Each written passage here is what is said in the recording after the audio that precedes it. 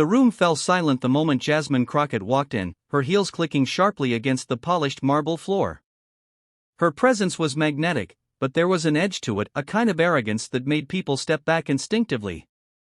She had spent the last decade building a reputation for being sharp, confident, and unyielding, but it wasn't all respect she commanded. Some called it sheer audacity. And today, in the gilded conference hall of Washington, D.C., she was about to make a move that would shock everyone present. Pam Bondi, calm and composed as ever, sat at the center of the table, reviewing her notes. Years in law and politics had honed her to perfection. She could read a room, a person, even a fleeting expression, with uncanny precision. Jasmine, of course, had done her homework. She knew that getting under Pam's skin would be no easy feat, and yet, the arrogance that had fueled her career whispered that it was worth the risk. "Pam," Jasmine said, her voice dripping with faux sweetness, "I can't help but notice, after all these years, you're still playing it safe. Isn't it tiring to hide behind your reputation?" A ripple of murmurs swept across the room. Eyes turned toward Pam, waiting for a reaction. Jasmine smiled, leaning back in her chair as though she had already won. Pam, however, did not flinch. She looked at Jasmine with steady, unwavering eyes. And in that silence, the room felt like it had contracted, all attention drawn to a single point of tension.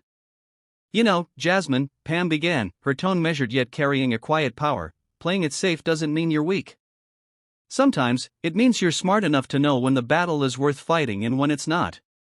And from where I'm sitting, wasting energy on cheap theatrics never wins anyone respect except maybe fleeting attention." Jasmine blinked, a flicker of disbelief crossing her face. That wasn't the reaction she expected.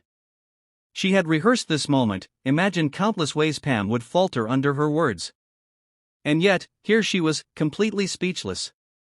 Pam leaned forward slightly, her hands resting gently on the table, the kind of posture that conveyed strength without aggression. "Confidence is admirable, Jasmine, but arrogance? That's temporary. Respect? That lasts a lifetime. And in the end, the measure of a person isn't how loudly they can speak over others, it's how they rise when others doubt them." The room exhaled collectively. Jasmine opened her mouth, closed it, and then tried again, but no words came. The insult, carefully crafted to sting, had fallen flat. Instead, it had highlighted the poise and integrity of the woman it was meant to undermine. What followed over the next hour wasn't just a debate of ideas, it was a masterclass in composure, resilience, and the quiet power of wisdom. Jasmine attempted a few more jabs, but Pam met each one with clarity, sometimes with a touch of humor, sometimes with a pointed insight that left the